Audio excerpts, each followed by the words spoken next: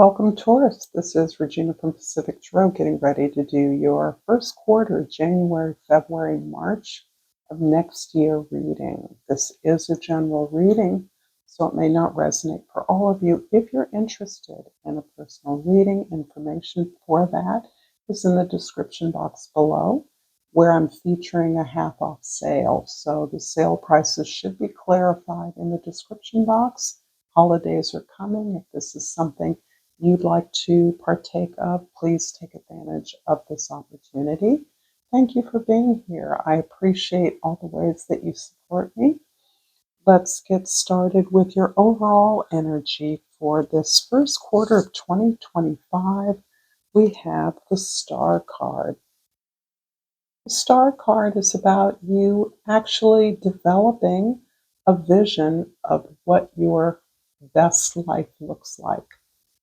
This can include an element of improving upon your life, improving upon the world, the context of your life, having an improved relationship with all the parts of your life and within yourself. So this is what is often called the North Star. This is a hope that has emerged after some very difficult and trying experiences that you've undergone. There may be a break in something that has been unrelenting for some time. There can be a literal and conscious shift into a change that is allowing you greater freedom and an opportunity to breathe a sigh of relief, to look around you and to appreciate what you have now. And out of that emerges this beautiful sense of hope that there is still magic left for you in the world. I'm going to also pull a Soul's Journey Oracle card and hope that this reading at any point will resonate for you. And if so, please like my video, please share it with others if that seems appropriate, and please subscribe to my channel, Pacific Tarot. It's greatly appreciated. I pulled the Indecision card. I use my intuition in all aspects of life. I think this is emphasizing that sense that there has been a dramatic shift, change, or transition in your life that is causing you and allowing you to see things very differently, to look around you, to take a breath, to relax, to appreciate where you are in this moment, and then to begin to see possibilities that you've never had time to look at before, particularly for those of you that are perhaps shifting work from something that compelled you to work a lot, to be consumed with a lot of responsibility, to something less demanding. For those of you that have exited the workforce, that are now perhaps retired or moving into a consultancy or some kind of a business of your own that is far less demanding and allows you to do something that you enjoy doing more of the time. Those are a couple of examples. Whatever the case is for you, you are now understanding that you have a chance to be grateful for what you have and to open up to new opportunities unimagined in the past. I'm going to clarify first let's look at January. January is the Moon card. This is really about secrets being revealed to you. I believe this may be a chance for you to pull in post-holiday, having executed whatever responsibilities as Santa Claus, as provider, as gift givers. There's a strong vibe here, Taurus, that you are a principal, head of household, or primary caregiver in your home or among your community of family and friends. And that those responsibilities and obligations are considerable. Having fulfilled those, you're now in a place to to really start to look at the dynamics that you are experiencing among your loved ones. Perhaps it is as well in a place of work for those of you that are working, for some in a new environment, for some you're returning to something you've been doing for a while, but you're really sussing out the way a variety of things make you feel, elicit fears in you, your own behaviors and reactions to things that you're not comfortable with, you don't feel good about.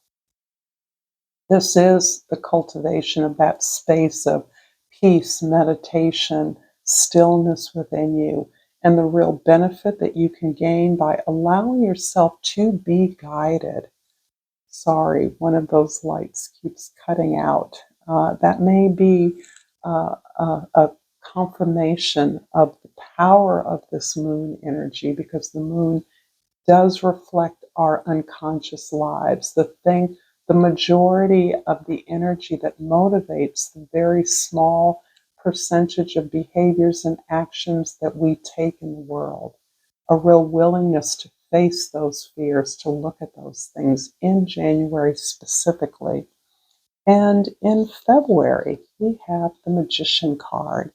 And I'm just going to play with this again. Oh dear. The Magician in February is describing your motivation to move, to take action, to do something. This is you building something, putting something together. It can be a project, it can be a team, it can be a new opportunity, a new side hustle, a business, or a larger plan that you're resolved to execute. This is something that reflects who you are, your creative expression. This is an intention that you're putting out into the world. You're announcing to others and you're following through on that. This is positive energy. This is really about your ability to command an audience, perhaps command a team or others, to present your ideas or the ideas of others in a way that is very compelling.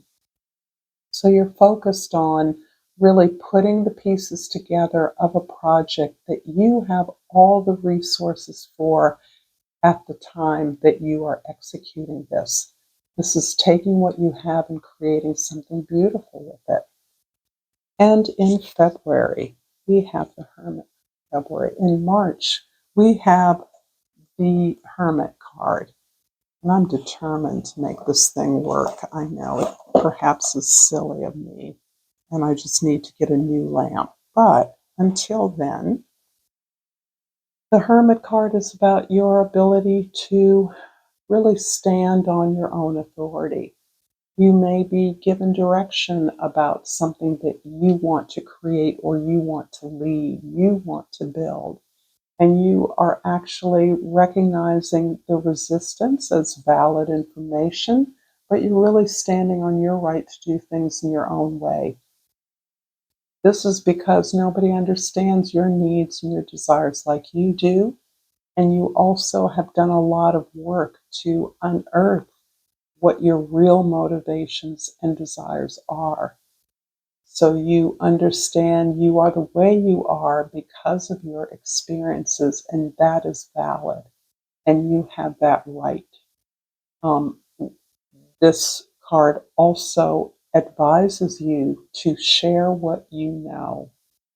It's very important, and it feels like it's part of something you're creating, a way that you are sharing your ideas with others, those ideas that you began to create a build on in February are the very ideas that you are now sharing with others, negotiating, network, receiving feedback, listening to the advisement of others. But ultimately, the ultimate filter is your own authentic voice, what reflects you. And I'm going to clarify the Moon card in January with the King of Swords and the Nine of Wands. I do feel that the work that you have been doing or were doing in the past represented a relentless effort of yours to achieve something. This feels like a non-stop through line of hard work, discipline, effort that has been unrelenting and that has helped to build your environment, but there isn't a sense of the kind of achievement. You're not satisfied with what you have achieved.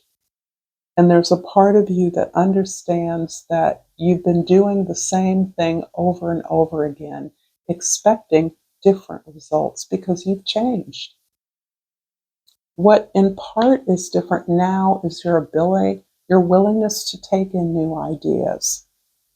You are a fixed sign Taurus, and there is an element of hard work, discipline, but stubbornness and perseverance and working at something relentlessly in a way that may not always partake of the information, the knowledge that can surround you or that others can lend to your efforts.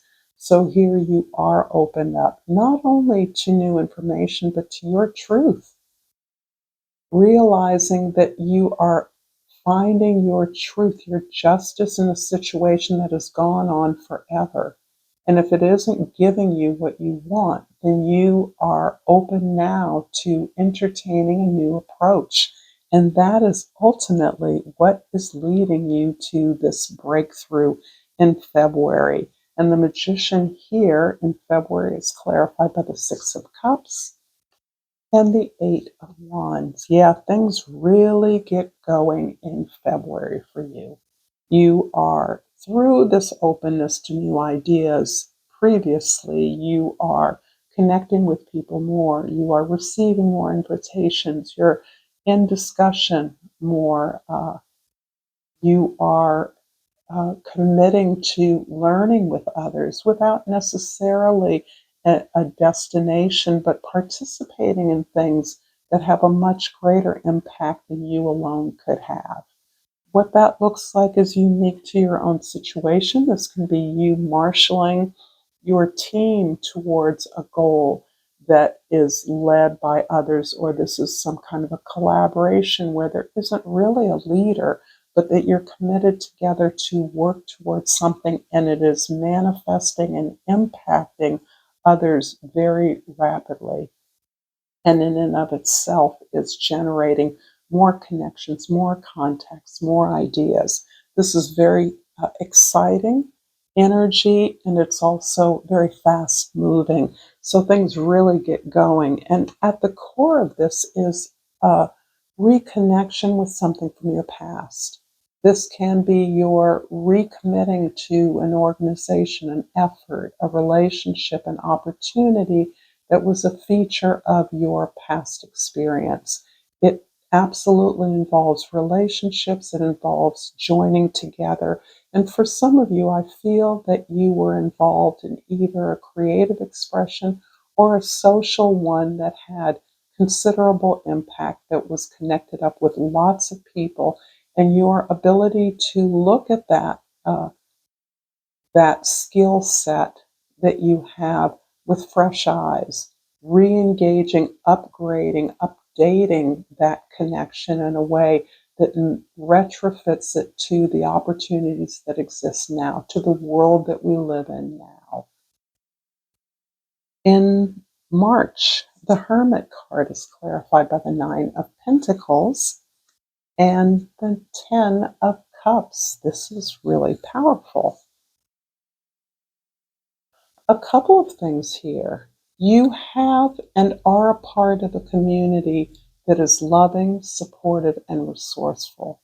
And this is your best life. This is really all the things that matter to you. You recognize that you have in your community. It can be in your family, it can be in your relationships, it can be in your job. But you're in an environment where you can share the lessons you've learned in a safe way without fear of reprisals or criticism, that you are able and willing to share and support others who need your wisdom, need your advisement, and that that's freely given in a safe, non-judgmental way. The Nine of Pentacles is very distinctly showing a sense of independence that you are gaining. This is about no matter what the context, what the loving environment is, you are independent, a sense of independence, a sense of standing on your own and doing things that benefit you first.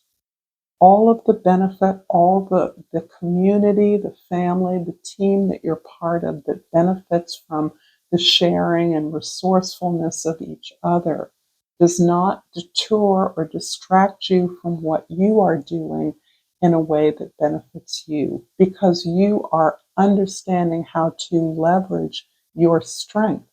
When you are attended to, taken care of, notice for yourself, understand your needs, cultivate your skills, then you are understanding you are better able, more empowered to be an influential and impactful person in your community, on your team, and on the world.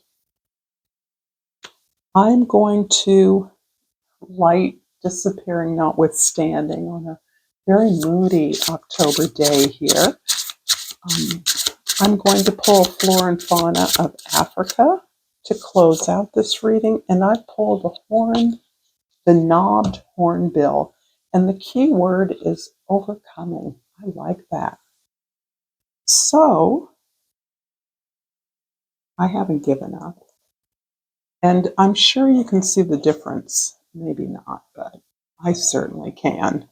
I'm looking at myself, as you can well imagine. I'm not supposed to be, but okay, I give up. The knobbed hornbill reads, protect your belongings and loved ones. Be willing to sacrifice for the greater good. There's a way out of every tough situation. And this is really speaking to me to the context, the environment you find yourself as a result of a lot of social changes. The change could be in your status regarding a job or employment. This can be changes that are occurring in your family or on your team, in your organization. But you are clear about marshaling your resources in order to address that. And that rests on your own empowerment. So thank you for this, Taurus. Until next time, namaste.